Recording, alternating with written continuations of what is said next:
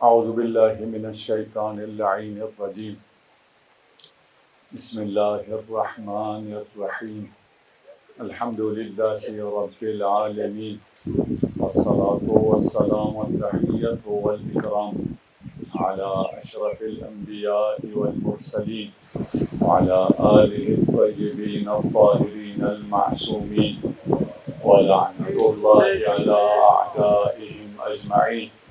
أما بعد فقد قال الله تبارك وتعالى يا أيها الذين آمنوا اتقوا الله وكونوا مع الصادقين. صلوات اللهم صل على محمد. جیسا ابھی تک یہ بھائی ارشاد فرما رہے تھے، انشاءاللہ 7 محرم کے احتجاج میں ہم سب شرکت کریں گے، اور ہماری یہ مجلسیں، آپ کا یہاں آنا، آپ کا فرش عزا پہ آنا احتجاج ہے. اور جو حدیث ثقلین میں متفقہ حدیث ہے، شیعہ سنی سب کے ہاں ہے، انی تارک فیکم الثقلین، میں تمہارے درمیان ثقلین کو چھوڑے جا رہا ہوں. معمولاً ہم ترجمہ 1 اور 2 کر کے کہتے ہیں، رسول خدا نے ایک اور پہلا اور دوسرا نہیں کہا. جو الگ ہوتے ہوں تو انہیں کہتے ہیں یہ پہلا ہے یہ دوسرا ہے. جو ہمیشہ ایک ساتھ ہوں وہ پہلا اور دوسرا نہیں ہوتے. یہ ممکن نہیں ہے کہ کہیں قرآن کی توہین ہو اور اہل بیت کے ماننے والے احتجاج نہ کریں. اور آپ کے احتجاج میں اگرچہ آگ لگانا نہیں ہے، لیکن آپ کا یہ خاموش احتجاج نواسب کے دلوں میں آگ لگا دیتا ہے. انہیں بہت آگ لگتی ہے، آپ کی اسی یا حسین سے آگ لگ جاتی ہے انشاءاللہ. اور ہماری ابحاث بھی جو ہم یہاں بحث کر رہے ہیں، اور توحید کی ابحاث ہیں، نبوت کی ہیں، امامت کی ہیں، یہ ابحاث ثقلین کو بچانے کے لیے ہے.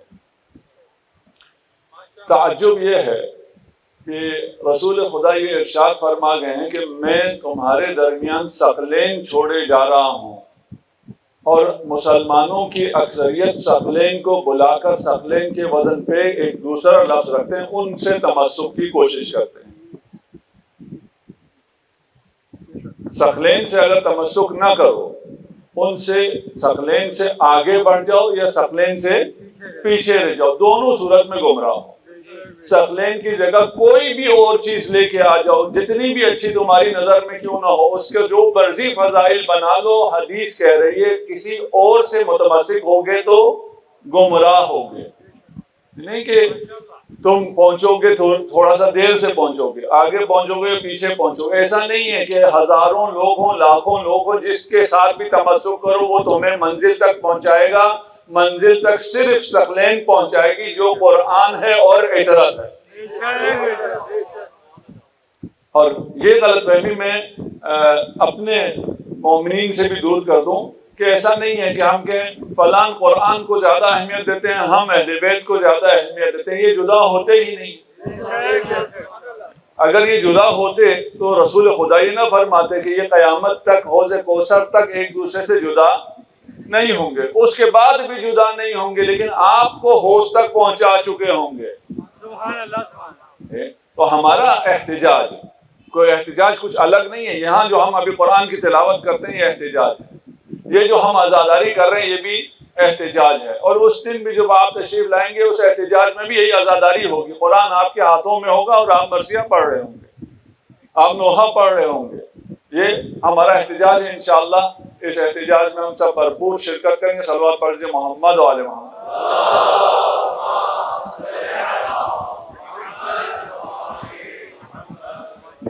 جو بحث ہم کر رہے تھے اس بحث سے معلوم ہوا کہ باپ بہت ضروری ہے.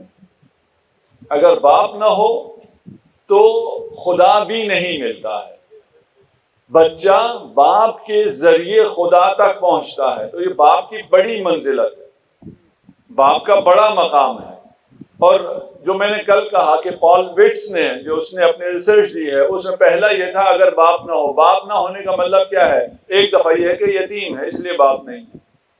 یتیم پر شفقت لازم ہے مسلمان معاشرے میں، انسانی معاشرے میں، تاکہ اس وجہ سے اگر اس کا باپ نہیں رہا ہے، جو کمی ہے باقی معاشرہ اس کمی کو پورا کرے۔ اگر اس کمی کو باقی معاشرہ پورا کرے گا، یہ بھی خدا والا ہوگا، اسے پتا ہوگا کہ میرا باپ نہیں رہا تھا لیکن مجھے باپ کی شفقت اللہ نے دلائی۔ یہ رحمت خداوندی ہے۔ دوسرا، وہ جو باپ تو ہے لیکن اس کا باپ بہت سخت ہے، بہت زیادہ سختی کرتا ہے، مارتا ہے، پیٹتا ہے اور سختی کرتا ہے۔ یہ اس تناظر میں بھی ویسی بھی ممنوع ہے۔ سختی کرنا اس معنی میں کہ آپ مارے پیٹیں اور آپ سے آپ کے بچے بھاگتے ہوں، آپ کے ساتھ نہ بیٹھنا چاہتے ہوں، آپ کے ساتھ بیٹھنے جو وقت گزرتا ہے وہ وقت ان کے اوپر بھاری گزرتا ہے، تو یہ ممنوع ہے، یہ صحیح نہیں ہے۔ یہ جتنے ایتھسٹ گزرے ہیں ان سب کے یا باپ نہیں تھے یا ان کا باپ سخت تھا۔ اور میں نے جیسے عرض کیا کہ مثالیں بہت ہیں، ان کے میں یہاں نام بھی نہیں لینا چاہتا ہوں، اس وجہ سے میں ان کے نام نہیں لے رہا، اور ان کے جو کرتوت ہیں ان کو بھی میں نہیں بتانا چاہتا۔ دیکھ، سختی نہ کریں۔ اگلا بھی ہے، ہاں سختی سے مراد یہ نہ لے کہ پھر آپ بالکل ہی ڈھیلے ڈالے باپ بن جائیں۔ جو ملحدین کی اگلی قسم ہے، جن کے باپ تھے اور سخت بھی نہیں تھے، ان کے باپ بہت کمزور تھے، ان کی کوئی اپنے گھر میں حیثیت ہی نہیں تھی۔ کم و بیش آج کل ہمارے ہاں بھی یہی ہو گیا ہے، اب باپ کی حیثیت نہیں ہے۔ ماں سے پوچھیں نا، آپ بچے سے پوچھیں، ہم جو بچوں سے تربیت کا کام ہے ان سے پوچھیں آپ کو باپ کیوں زیادہ پسند ہے؟ کہتا ہے اس لیے، کہتی ہے بچی نے، بہت سے بچوں نے کہا، اس لیے کہ میرا باپ مجھے ماں کی ڈانٹ سے بچاتا ہے۔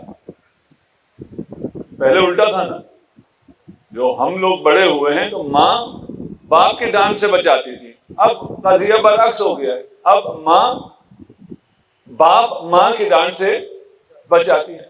بھئی جو سربراہ ہے، جو قوام ہے، جس کو مدیریت دی گئی ہے، گھر کا جو سربراہ ہے وہ مرد ہے، مرد کو مرد ہونا چاہیے۔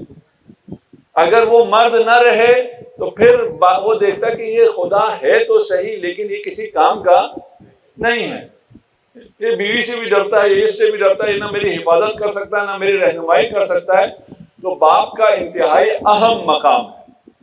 کل میں نے حدیث پیش کی تھی، اس حدیث میں ہم نے کہا تھا کہ اگر شخص اپنی بیوی اور بچوں کے ساتھ بیٹھ کے کھانا کھا رہا ہے تو کھانا کھاتا رہے گا، انجوائے کرتا رہے گا، اس کے سارے گناہ معاف ہو جائیں گے۔ وہاں سوال یہ پیدا ہوا کہ پھر والدین کا کیا ہوگا؟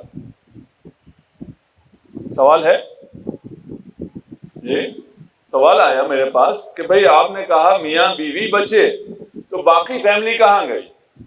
والدین بھی تو ہیں، باقی بہن بھائی بھی ہیں، یعنی ان کے ماموں ہیں، پھپھو ہیں، جو بھی ہیں جو گھر میں رہ رہے ہیں، ان کے بارے میں نہیں ہے کہ وہ بیٹھ کر بات کریں۔ آپ یہ آیت سب کو پتا ہے، وَقَضَىٰ رَبُّكَ أَلَّا تَعْبُدُوا إِلَّا إِيَّاهُ وَبِالْوَالِدَيْنِ إِحْسَانًا۔ اس کے علاوہ کسی کا ذکر بھی نہیں ہونا چاہیے، کسی کا نام بھی نہیں آنا چاہیے۔ سب کچھ تمہیں ملا ہے، میری طرف سے ملا ہے، میری رحمت ہے، میری قدرت ہے، اور صرف میری عبادت کرو، لیکن والدین کے ساتھ احسان کرو۔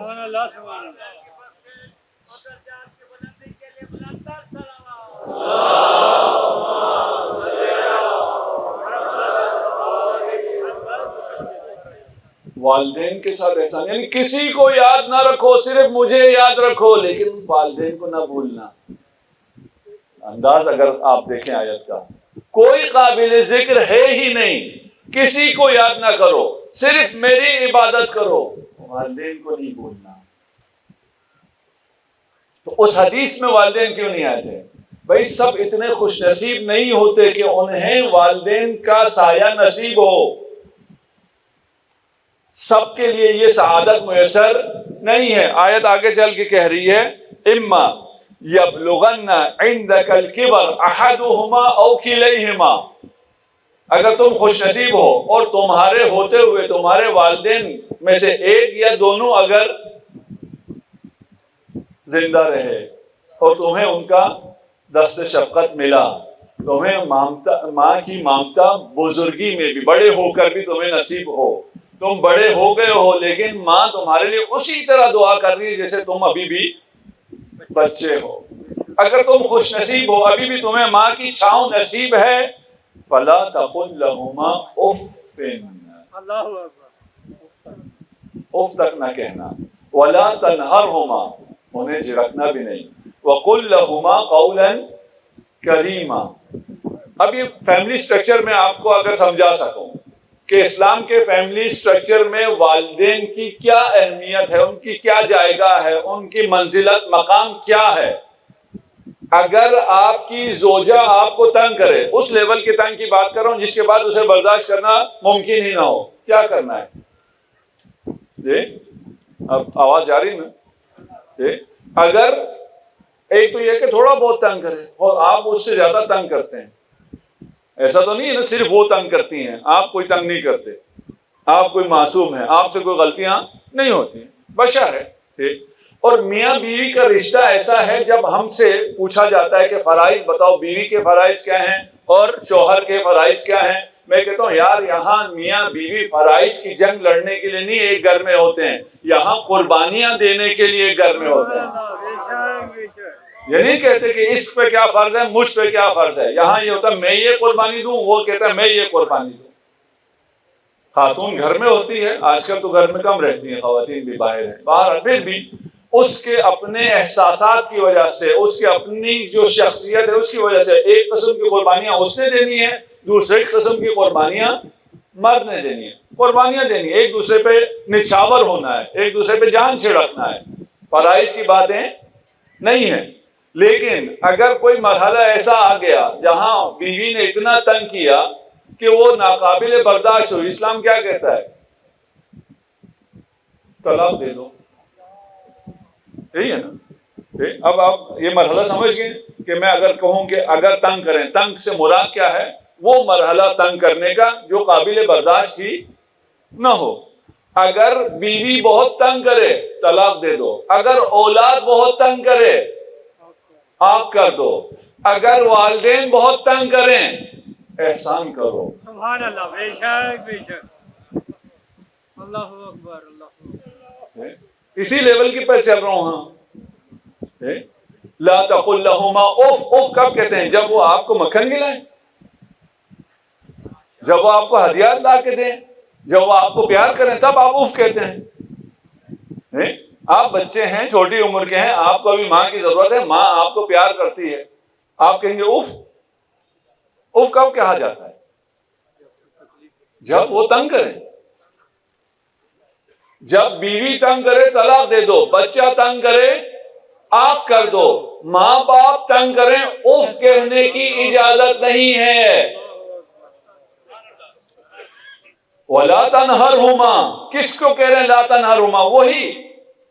وہی ماں باپ جو آپ کے حساب سے وہ آپ کو بہت زیادہ تنگ کر رہے ہیں، جو قابل برداشت ہی نہیں رہے ہیں۔ اب مجھے کچھ کہنے کا حق حاصل ہے یا نہیں ہے؟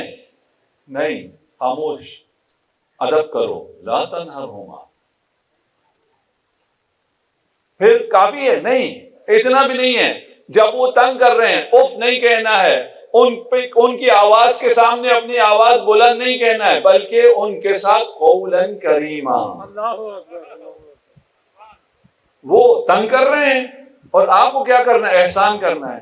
آپ کو کیا کرنا ہے؟ اف بھی نہیں کہنا ہے۔ آپ کو کیا کرنا ہے؟ ان کی رسپیکٹ کرنی ہے، عزت کرنی ہے، ان کے ساتھ اب بھی بہت اچھا برتاؤ کرنا ہے۔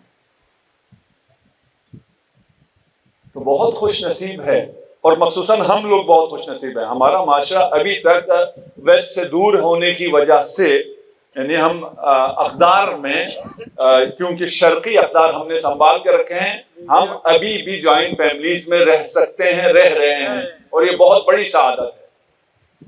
اور جن سے یہ نعمت چھن گئی ہے وہ کس عذاب میں ہے اس کا خدا جانتا ہے۔ صلوات پڑھ لیجیے محمد و آل محمد۔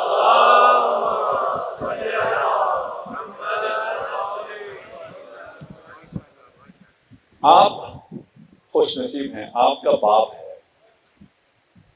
انا وعلی ابوا هذه الامہ،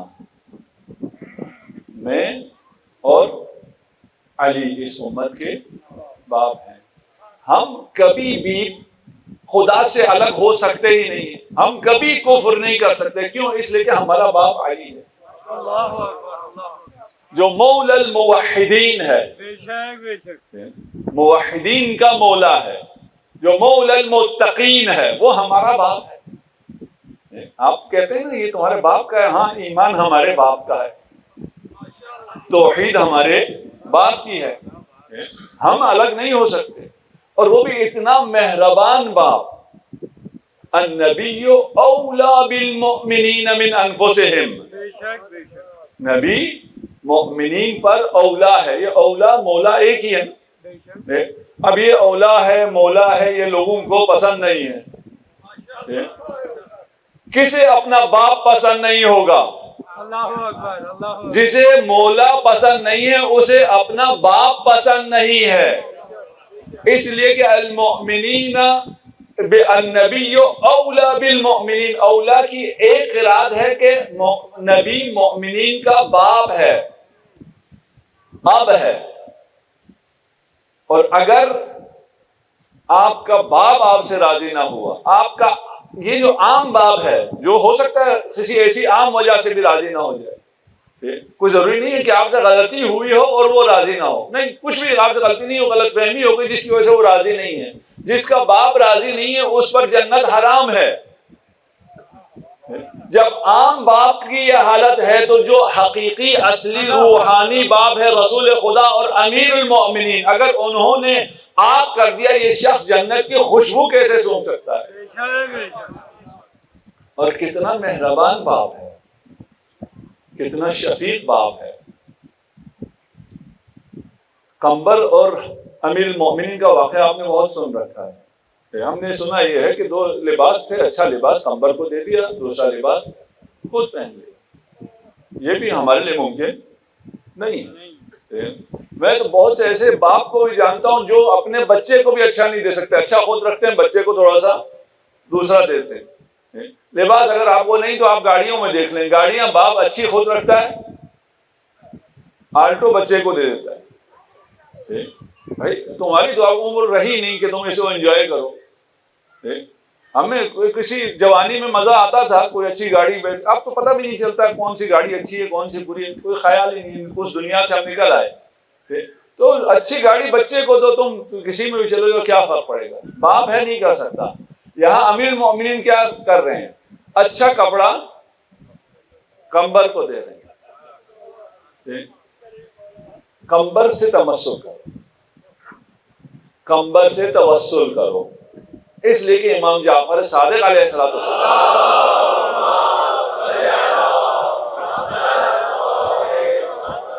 ارشاد فرماتے ہیں کہ قمبر علی کا سچا عاشق تھا۔ جو علی کا سچا عاشق ہے اس سے توسل ہونا چاہیے۔ قمبر نے کہا مولا یہ اچھا کپڑا آپ لیجئے، یہ میں اچھا غلام ہوں، میں نے اچھا کپڑا لے کے کیا کرنا ہے؟ کہا نہیں قمبر تو جوان ہے، تو جوان ہے، اچھا کپڑا تو پہن۔ قمبر نے کہا یا امیر المؤمنین انت امیر المؤمنین تصعد المنبر تخطب الناس، میں تو نیچے بیٹھا ہوتا ہوں نا، آپ ممبر پہ جاتے ہیں، آپ خطاب کرتے ہیں، آپ امیر المؤمنین ہیں، لوگوں کی ساری نگاہیں آپ پر ہوتی ہیں، اچھا کپڑا آپ کو پہننا چاہیے۔ کیا خوبصورت مکالمہ ہے، لگتا ہے کہ غلام اور آقا ہے۔ باپ بیٹے میں بھی ایسا مکالمہ نہیں۔ انت امیر المؤمنین، میں لے کے کیا کروں گا، آپ امیر المؤمنین، تصعد المنبر، آپ ممبر پہ آپ ہوتے ہیں، خطبہ آپ دیتے ہیں۔ امیر المؤمنین نے ارشاد فرمایا انت الشاب ولک شرۃ الشباب، سبحان اللہ سبحان اللہ، تو جوان ہے، تو یہ نئے کپڑے پہنے گا، اپنی سیلفی لے گا، پوسٹ کرے گا، لوگوں کو دکھائے گا، تجھے خوشی ہوگی، میں نے پہن کے کیا کرنا؟ تو میں نے آج کل کے لحاظ سے ترجمہ کیا کہ تو جوان ہے، جوانی ہے تجھ میں، تو اس کپڑے کو پہن، تو پہنے گا تجھے مزہ آئے گا اور تجھے دیکھ کے مجھے بھی مزہ آئے گا.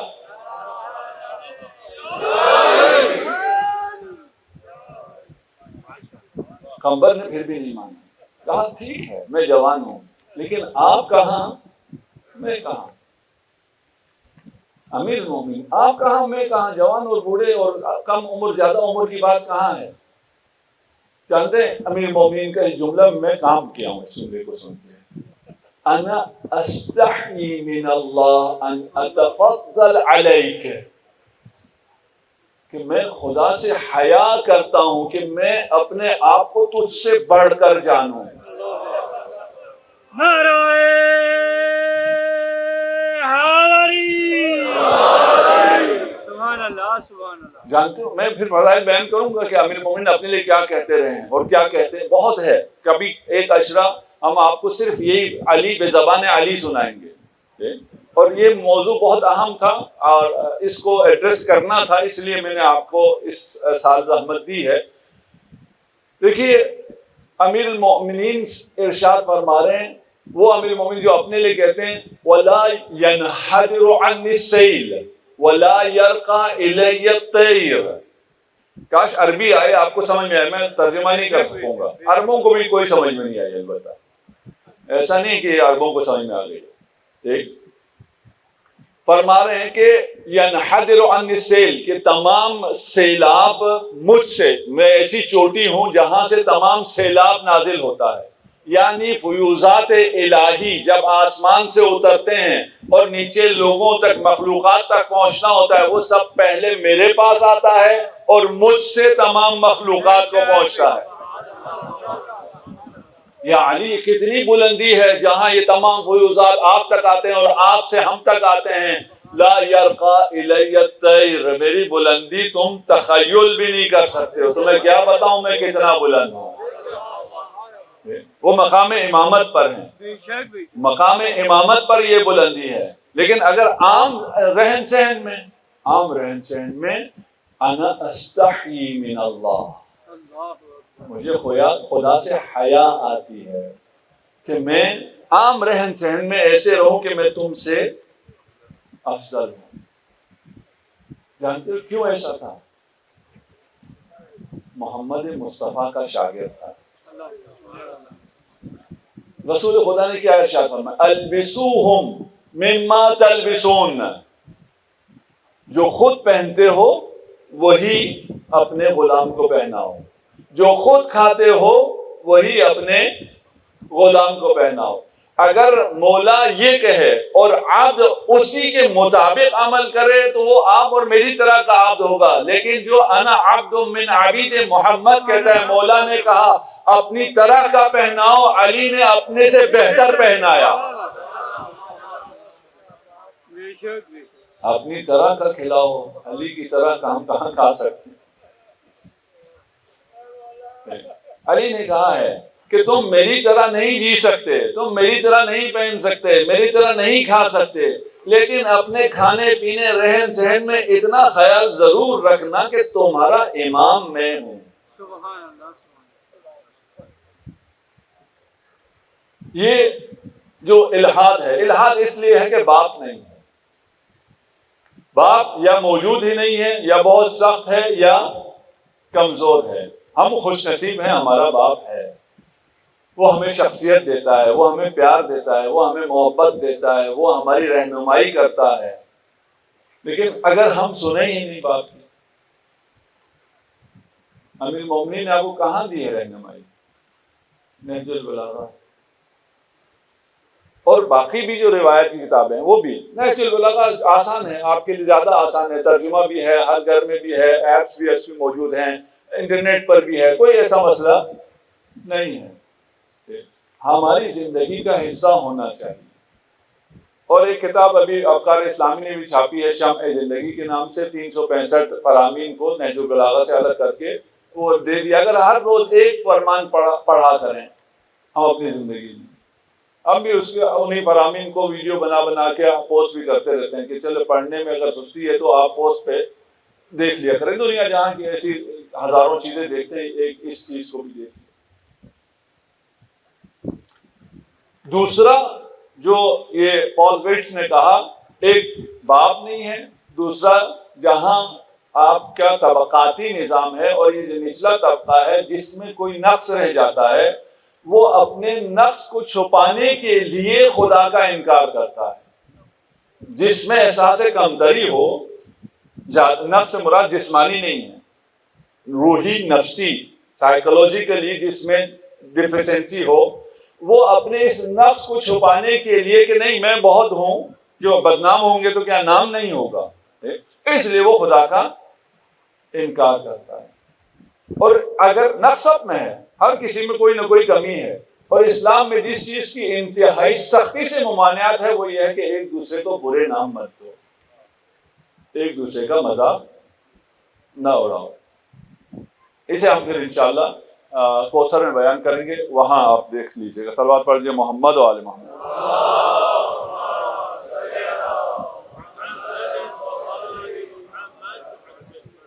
بار دیگر صلوات۔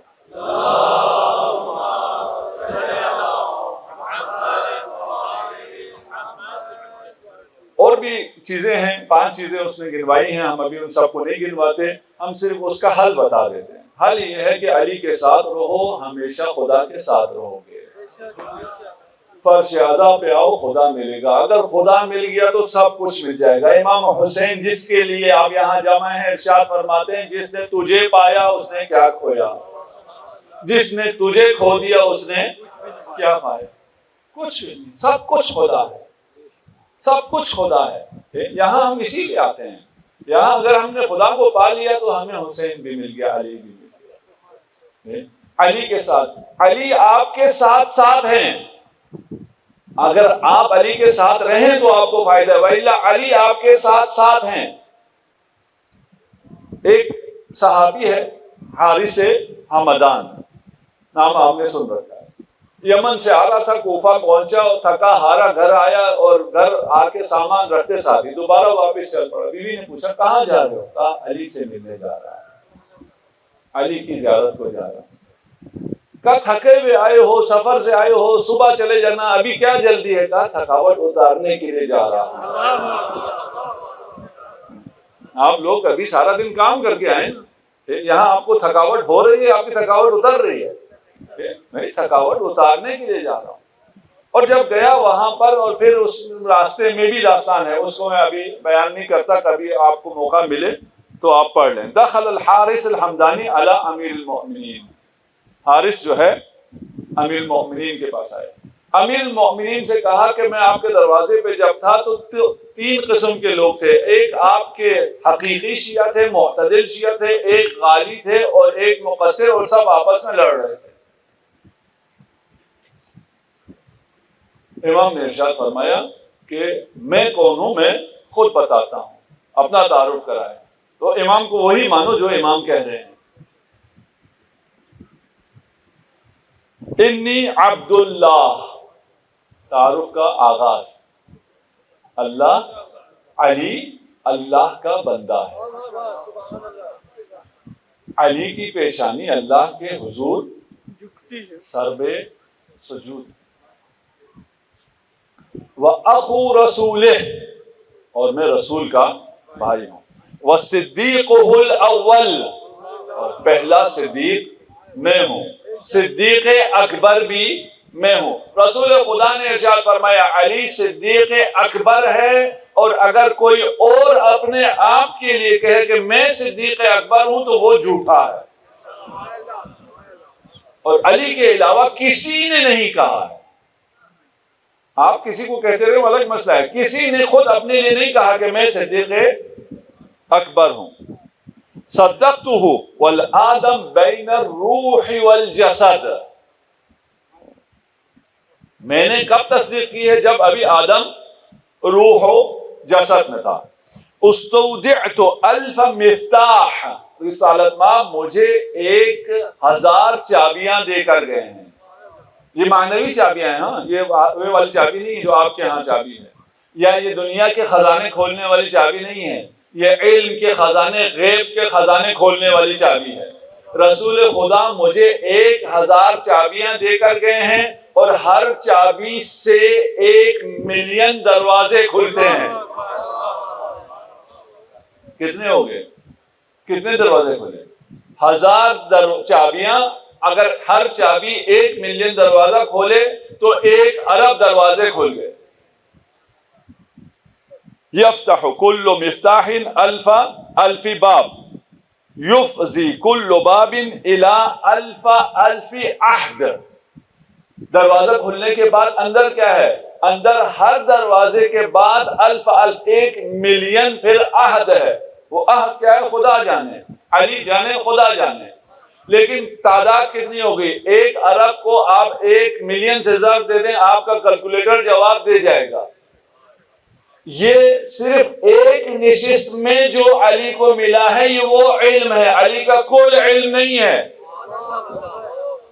صرف ایک نشست میں جو ملا ہے، ایک دفعہ جو دیا ہے، چابی کی صورت میں، مفتاح کی صورت میں دیا ہے، یہ وہ ہے.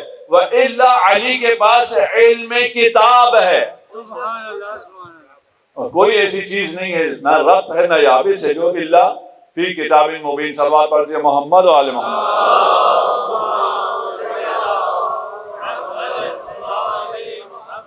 وَأَيَّدْتُ بِلَيْلَةِ الْقَدْرِ نَفَلًا، اور میری تائید کی ہے خدا نے شب قدر کے ذریعے. میری اور میری ذریت کی تائید خدا نے شب قدر کے ذریعے کی ہے. اور شب قدر میں جو فرشتے نازل ہوتے ہیں، یہاں کوئی سیر سپاٹا کرنے آتے ہیں؟ کبھی آپ نے کمرشل بازار میں دیکھا ہے فرشتے گھوم رہے ہوں، دہی بلے کھا رہے ہوں؟ بھئی آتے ہیں کس پہ آتے ہیں؟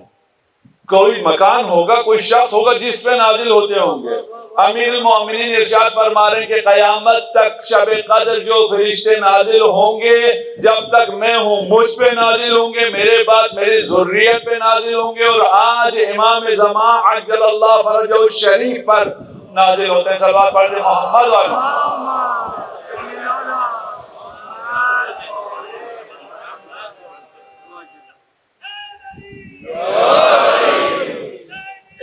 زندہ باد، زندہ باد، مردہ باد، بے شمار. اللہم صلی علی محمد و آل محمد. آپ نے نعرہ لگایا، امیر المومنین آپ کو بشارت دے رہے ہیں، جواب آ گیا نا. آپ نے یا علی کہا، علی آپ کو جواب دے رہا ہے. ابشرک یا حار. حار شخص ہے، ابھی اپنا نام رکھ لیں. اس کو کہا ہے، لیکن سب سے کہا ہے اے حار میں تجھے بشارت دیتا ہوں، ایدی چوک پر موجود مومنین علی کے چاہنے والوں آپ کو بشارت ہے. امیر المومنین ارشاد فرما رہے ہیں والذی فلق الحبہ، مجھے قسم ہے جس نے سنگولیرٹی کو پھاڑا. اللہ اکبر. ابھی آپ ساری تھیوری جن کے ذہن میں ان کے لیے آ گیا. یہاں علی نے ایک آسان سا لفظ بولا ہے، اس کے پیچھے کیا کچھ ہے؟ وہی جو 1000 چابیاں تھی، آگے 1 ملین دروازے تھے، ان میں سے ایک یہ ہے. علی کو اس وقت پتا تھا کہ اس کائنات کا آغاز بینگ سے ہوا ہے. قسم کھا رہا ہے اس خدا کی جس نے سنگولیرٹی کو بینگ کیا. والذی فلق الحبہ ولی وعدوی، سب کے لیے ہے. میرا جو دوست ہے وہ بھی، جو دشمن ہے وہ بھی. ولی وعدوی فی مواطن شتى، مختلف مقامات پر وہ مجھے دیکھیں گے. عند الممات والصراط والمقاسمہ، موت کے وقت بھی مجھے دیکھیں گے، صراط کے وقت بھی مجھے دیکھیں گے، اور مقاسمہ کے وقت بھی مجھے دیکھیں گے. اچھا، ہمیں موت تو سمجھ میں آ گیا، صراط بھی سمجھ میں آ گیا، مقاسمہ بھی آپ لوگ کیونکہ ابھی پڑھے لکھے ہیں، آپ لوگوں نے بہت احادیث بھی، مجالس بھی سن رکھی ہیں، آپ کو سمجھ میں شاید آ گیا ہو. لیکن جنہیں سمجھ میں نہیں آئے میں انہیں شروع سے سمجھاتا ہوں. موت کے وقت کیسے دیکھیں گے؟ موت کے وقت دیکھنے کا مطلب کیا ہے؟ امام جعفر صادق علیہ الصلوۃ والسلام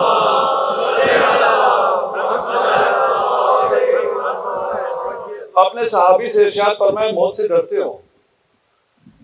کیا کہا ہوگا؟ مجھ سے ابھی پوچھیں، ڈرتا ہوں. کیوں نہیں ڈرتے؟ موت سے ڈرتے ہو؟ میں مولا ڈرتا ہوں. کہا میں موت کی حقیقت بتاتا ہوں کہ موت کے وقت کیا ہوگا. یہی حدیث ہے کہ دوست دشمن دونوں مجھے موت کے وقت دیکھیں گے. امام نے ارشاد فرمایا کہ جب تمہیں موت آئے گی تو تمہاری موت پہ تمہاری قبر میں تمہاری زیارت کے لیے رسول خدا علی مرتضیٰ کے ساتھ تشریف لائیں گے. کتنے خوش نصیب. شاعر کہتا ہے جب سے مجھے یہ پتہ چلا ہے میں دعا کرتا ہوں مجھے دن میں 1000 بار موت آئے. اور یہ ہم سب کی کیفیت یہی ہے. دیکھیں اگر ہمیں کربلا جانے کا موقع ملے ہم اپنی جان کی پرواہ کرتے ہیں؟ بالکل بھی نہیں کرتے. کربلا میں کیا ملتا ہے؟ حسین کی ذریح کی زیارت ملتی ہے. موت کے وقت کیا ملے گی؟ شخص حسین کی زیارت ملے گی. امام ارشاد فرماتے ہیں کہ رسول خدا آئیں گے، علی مرتضیٰ آئیں گے، حسنین آئیں گے، جناب سیدہ تشریف لائیں گی.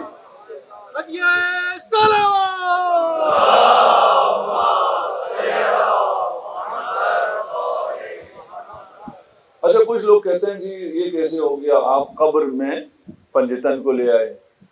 آپ کی قبر میں پنجتن تو نہیں آئیں گے نا؟ میں کہتا نہیں جی ہماری قبر میں تو نہیں آئیں گے، ہماری قبر اس قابل تو نہیں جس میں پنجتن آئے. پھر یہ حدیث کیا ہے؟ بھائی میں اپنی قبر میں نہیں رہوں گا، میں قبر میں اترتے ساتھ ہی میری قبر روضۃ من ریاض الجنہ ہو جائے گی. کس نے کہا میں اس قبر میں ہوں گا؟ میری قبر ہی روضۃ من ریاض الجنہ، جنت کے باغات میں سے ایک باغ ہوگا. رسول خدا پنجتن کے ہمراہ تشریف لائیں گے. نکیر و منکر جب آئے گا آپ سے سوال کرے گا رب کون ہے، رسول کون ہے، امام کون، کتاب کون؟ آپ کے لیے تو بہت آسان ہے، میرا رب اللہ ہے، میری کتاب قرآن ہے، نبی اور امام تو میرے استقبال کے لیے آئے ہوئے ہیں. کتنا آپ کے لیے آسان ہو گیا. وبشرک یا حار، بشارت ہے آپ کے لیے. لیکن پھر امام نے ارشاد فرمایا سکرات الموت کو جانتے ہو؟ موت کی جو کیفیت ہے خوف، اس خوف کی وجہ سے ہم استقبال کے لیے آئے ہوئے ہوں گے. تمہیں اطمینان بھی ہو جائے گا، تمہاری قبر روضۃ من ریاض الجنہ بھی ہو جائے گی، سب کچھ ہو جائے گا. نکیر و منکر سوال کریں گے، تمہاری زبان پہ جواب نہیں آئے گا، اس لیے کہ تم خوف زدہ ہو. یا رسول اللہ پھر کیا ہوگا؟ یا ابن رسول اللہ پھر کیا ہوگا؟ ارشاد فرمایا جب تمہاری یہ حالت ہوگی تو تمہاری طرف سے رسول خدا گواہی دیں گے کہ یہ میرا امتی ہے، یہ میرے بھائی کا شیعہ ہے، اس کا خدا اللہ ہے، اس کی کتاب قرآن ہے، اس کا نبی میں ہوں، اس کا امام علی ہے. اگر یہ جو حدیث میں اس حدیث کے ساتھ ساتھ چل رہا تھا نا، جب مجھے یہ کہا کہ سکرات الموت میں زبان بند ہو جائے گی، جواب نہیں دے سکے گا، میں بھی حالت خوف میں آ گیا کہ میں اب میرا کیا ہوگا. جب اگلا جملہ پڑھا میں نے کہا یہی بہتر ہے میں بولوں، اس سے تو بہتر ہے کہ میرا ترجمان خاتم الانبیاء والمرسلین ہو جائے.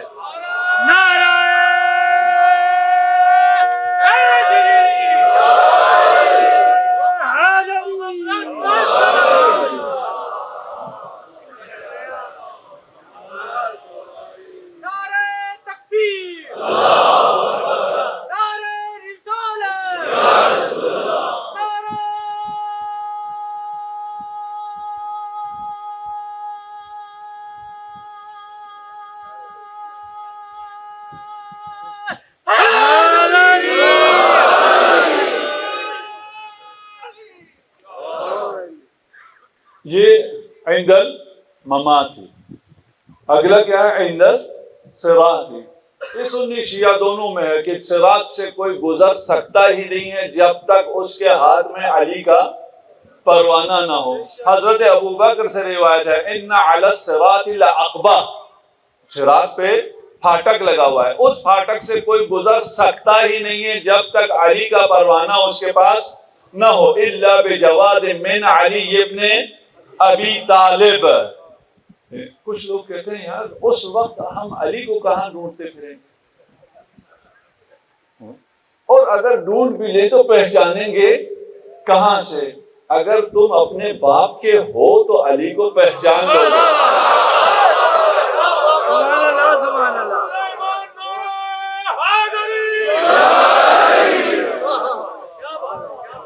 عند الممات والصراط والمقاسمہ. مولا یہ مقاسمہ کے وقت کیا ہے؟ موت کے وقت تو سمجھ میں آ گیا. یہ حارث حمدان نے پوچھا ہے آپ کی طرف سے کہ موت کے وقت سمجھ میں آ گیا. صراط بھی سمجھ میں آ گیا, ہم صراط سے بھی گزر گئے. اب وہ کون سی جگہ ہے مقاسمہ جہاں دوبارہ آپ کو دیکھیں گے؟ امام نے ارشاد فرمایا مقاسمہ وہ ہے جب میرا دوست آ رہا ہوگا, اسے میں دیکھ کے سلام کروں گا اور کہوں گا ھذا ولی, وہ جنت چلا جائے گا. جو میرا دشمن آئے گا اسے کہوں گا ھذا عدوی, وہ جہنم چلا جائے گا. علی قسیم النار والجنہ, علی جنت اور جہنم کو تقسیم کرنے والا ہے. حب علی قسیم النار والجنہ ہے. صلوات پڑھیے محمد علیہ وسلم.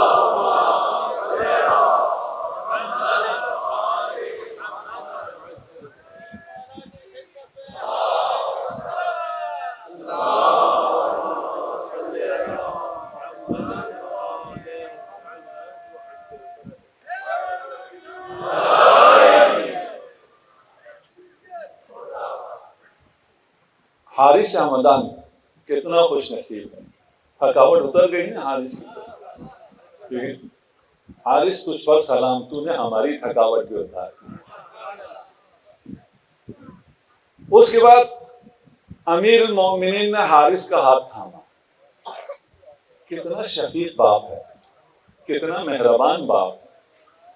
میرا سلام علی ابن ابی طالب آپ پر میری جانیں قربان. حارث کا ہاتھ تھاما اور کہا اے حارث, میں نے جیسے تیرا ہاتھ تھاما ہوا ہے اسی طرح ایک دن نبی نے میرا ہاتھ تھاما. میں نے نبی سے گلہ کیا, میں نے کہا یہ قریش یہ مجھ سے بہت حسد کرتے ہیں. نبی نے فرمایا اے علی, جب قیامت کا دن ہوگا میرا ہاتھ عرش خدا پر ہوگا اور تیرا ہاتھ میرے دامن عصمت پر ہوگا.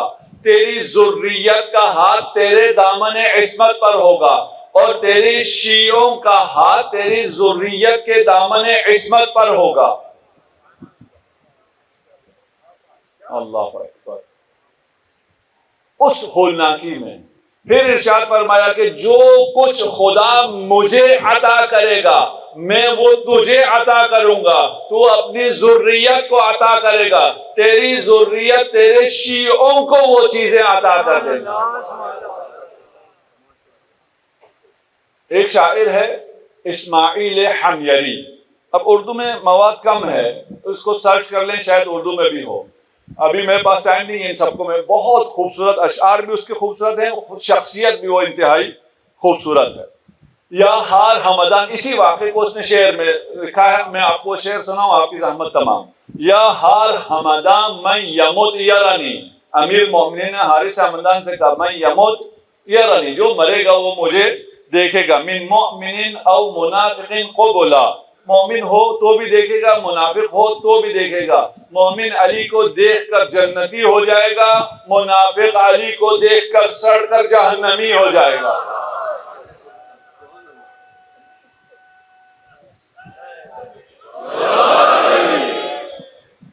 یعرفنی طرفہ واعرفہ بنعتہ واسمہ وما فعلا. یہ تھوڑا سا خطرناک بھی ہے لیکن انتہائی خوبصورت بھی ہے کہ میں اسے پہچانتا ہوں گا, وہ مجھے پہچان لے گا. میں اس کا نام بھی جانتا ہوں گا, اس کا حسب بھی جانتا ہوں گا, اس کا نسب بھی جانتا ہوں گا, اور یہ بھی جانتا ہوں گا کہ وہ کیا کر کے آیا ہے. یہ آپ کا مجلس اعضاء میں بیٹھنا, اس وقت علی آپ کو بتائیں گے تم مجلس فرش اعضاء سے آ رہے ہو, اس لیے تیرا یہ استقبال ہو رہا ہے. وَأَنْتَ عِنْدَ الصِّرَاطِ مُعْتَرِزِ فَلَا تَخَفْ عَصْرَةً وَلَا زَلَلًا. صراط سے جب گزر رہے ہو تو صراط پہ لڑکھڑانے سے نہ گھبرانا, اس لیے کہ صراط سے تو بجلی کی رفتار سے گزر کے آئے گا. اقول للنار حين توقف للعرض ذریه ولا تقربی، آگ سے، صراط کے نیچے آگ ہے، ان منکم الا واردها، اس آگ سے میں حکم دوں گا، اس آگ کو میں آگ سے کہوں گا اس شخص کے قریب بھی نہ جانا، ذریہ ولا تقربیہ ان لہ، اس کے قریب نہ جانا، کیوں؟ اس لیے کہ اس کے پاس حبلا بحبل الوسیع متصلا، اس کے ہاتھ میں جو حبل ہے، اس نے جو حبل رسی کو تھام رکھا ہے، اس رسی کا دوسرا سرا علی ابن ابی طالب کے ہاتھ میں ہے۔ اسقیک من بارد علی ظماء تخالہ فی الحلاوۃ عسلا، اور پھر حوض کوثر پہ آپ کو جو جام کوثر ملے گا اس جیسا کوئی آپ نے شربت یہاں نہیں پیا ہوگا۔ خدا کرے ہم امیر المؤمنین کو اپنا باپ سمجھیں، ہم ایسے عمل کریں کہ زمانے کا امام ہم سے خوشحال ہو جائے۔ آج جس ذکر کے لیے ہم جمع ہیں، جسے پرسہ دینا ہے، اس نے اپنی مصیبت پہ گریہ نہیں کیا۔ جب مدینہ سے یہ کاروان نکلنا چاہ رہا تھا، زینب علیہ مقام حضرت عبداللہ ابن جعفر کے پاس آئیں اور کہا کہ اس سفر میں مجھے حسین کے ساتھ جانا ہے۔ عبداللہ نے اجازت دی اور کہا کہ سفر میں اگر کوئی مصیبت آئے، اگر کوئی بلا آئے تو دفع بلا صدقے سے ہوتا ہے، کوئی صدقہ اپنے ساتھ لے جاؤ، صدقے کے طور پر اون و محمد کو اپنے ساتھ لے جاؤ۔ اگر حسین پہ کوئی وقت آ جائے تو اون کو میری طرف سے صدقہ کر دیں، محمد کو اپنی طرف سے صدقہ کر دیں۔ اجرکم علی اللہ۔ زینب جب کربلا پہنچی، جب اہل بیت موسیٰ کوہ طور پر پہنچے تو انہیں پتہ نہیں چلا یہ وادی مقدس وادی ہے، وہ جوتوں سمیت جا رہے تھے، خطاب آیا فخلع علیک، لیکن زینب جب کربلا پہنچی، کربلا کی خاک کو سونگ کر گریہ کیا اور کہا حسین ابیا اس خاک سے آپ کی لہو کی بو آتی، آپ کی لہو کی خوشبو مجھے اس خاک سے آ رہی ہے۔ قربانیوں کا سلسلہ شروع ہوا، شہادتوں کا سلسلہ شروع ہوا۔ زینب اپنے دونوں بچوں کو تیار کر رہی ہے، دل ہی دل میں کہہ رہی ہے میرے پاس کوئی کریل جوان نہیں ہے جسے میں حسین پہ قربان کر سکوں۔ دونوں کو کبھی حسین کے پاس بھیجا لیکن ماموں نے اجازت نہ دی، خود حسین کے پاس آئیں، رو رو کے اجازت طلب کرتی رہی، لیکن حسین نے فرمایا بہن میں کیسے ان بچوں کو قربان ہونے کی اجازت دوں۔ ایک وقت وہ آیا جب زینب کی آواز زیادہ لڑکھڑائی اور دل مایوس ہوا، اماں زہرا کا واسطہ دیا، حسین تجھے ماں فاطمہ کا واسطہ، ایسا نہ ہو قیامت کے دن میں ماں کے سامنے شرمندہ رہوں۔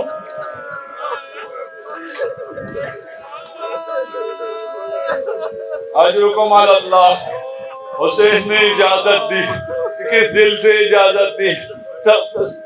تبرکات کا صندوق کھلا، جعفر طیار کا امامہ اون کے سر پہ رکھا، حیدر کرار کا امامہ محمد کے سر پر رکھا۔ یہ دو بھائی داد شجاعت دینے کے لیے گئے۔ ہر جب مجاہد جاتا تھا زینب دیکھتی رہتی تھی، ان کی داد شجاعت کو دیکھتی رہتی، لیکن زینب اب خیمے سے نہیں نکل رہی۔ جب دونوں نے داد شجاعت دی، مقتل کے الفاظ ہیں محمد کو پہلے مارا گیا، جب محمد زمین پر آ گئے. قاتل نے سر قلم کرنا چاہا, اون نے اپنا گھوڑا چھوڑا, ایسا وار کیا قاتل تو بنار ہوا, اور پھر اون کو بچانے والا کوئی نہ تھا, اور چاروں طرف سے اعداء نے حملہ کر دیا.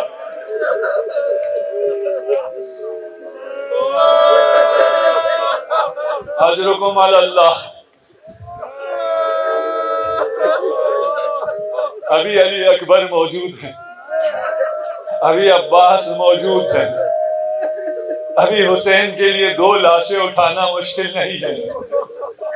حسین عقاب کی مانند لاشوں پر پہنچے ہیں. ایک لاش کو علی اکبر نے اٹھایا, ایک لاش کو عباس نے اٹھایا, اور واپس خیام میں آئے. جو سب سے پہلے بڑھ کر استقبال کرتی تھی وہ زینب کہیں نظر نہیں آ رہی. کہا زینب کو تلاش کرو. زینب پشت خیمہ سر سجدے میں ہے, خدا کا شکر ادا کر رہی ہے. خدایا تیرا شکر, تو نے میری قربانی قبول کر لی, میرے حسین کی حفاظت پر.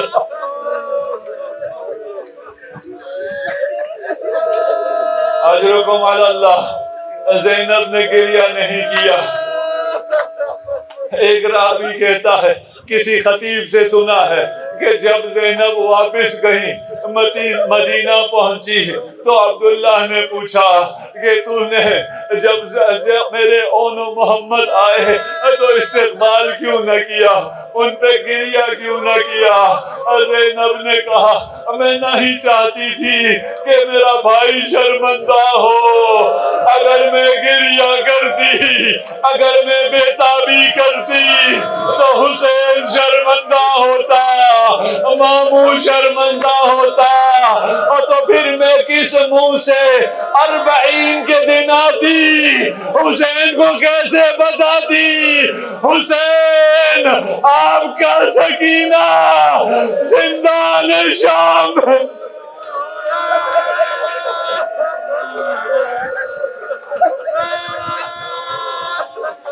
اجرکم علی اللہ.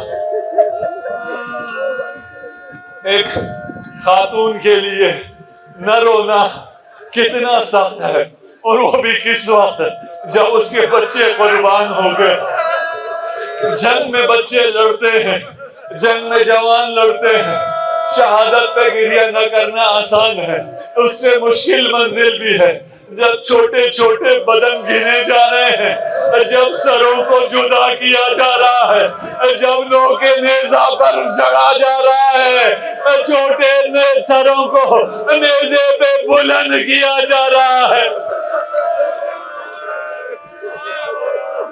زینب نے گریہ نہیں کیا. جانتے ہو عربوں کا رواج تھا, عرب کو اسیر نہیں بناتے تھے. عرب خواتین کو برہنہ سر نہیں کرتے تھے, لیکن یہ لعینے سے تھے جنہوں نے حرم رسول خدا کو اسیر بنایا, جنہوں نے نبی زادیوں کی چادریں چھینی. صرف اتنا نہیں, جب تماشا لگاتے تھے یہ کاروان جہاں سے گزرتا تھا سروں کو بیویوں کے سامنے لے آتے, بیویاں بےتاب ہو جاتی, بیویوں کا تڑپنا دیکھ کر اشقیاء خوش ہوتے.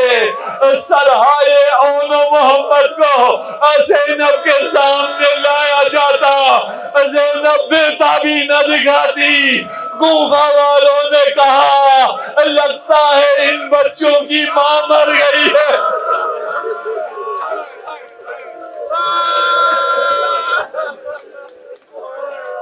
اجرکم علی اللہ.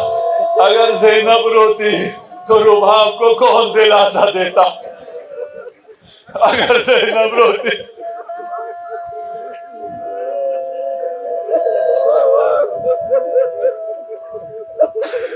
زینب کسی مقام پر بھی نہ روئی. بس وقت آ گیا, میں نے مختصر کر دیا. واپس جب مدینہ پہنچتی ہے قبر رسول خدا پر جاتی ہے, قبر رسول خدا پہ مرثیہ پڑتی ہے, وہاں سے اپنی ماں کی قبر پر آتی ہے. جب بھی کوئی بچہ ماں کے آغوش میں آئے اپنا دکھ درد بیان کرتا ہے. اپنے محمد کو بلا لیا, حسین کا غم بیان کیا. ماں حسین تنہا مارا گیا, میں دیکھ نہیں رہی, پشت گردن حسین کو ذبح کی.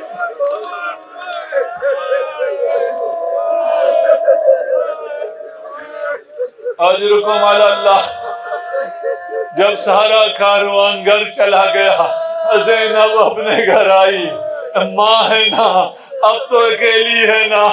جب چھوٹے چھوٹے بستروں کو دیکھا, چھوٹے چھوٹے جانے مازوں کو دیکھا, زینب کا صبر جواب دے گیا. زینب نے پکارا, ہائے میرے ہو.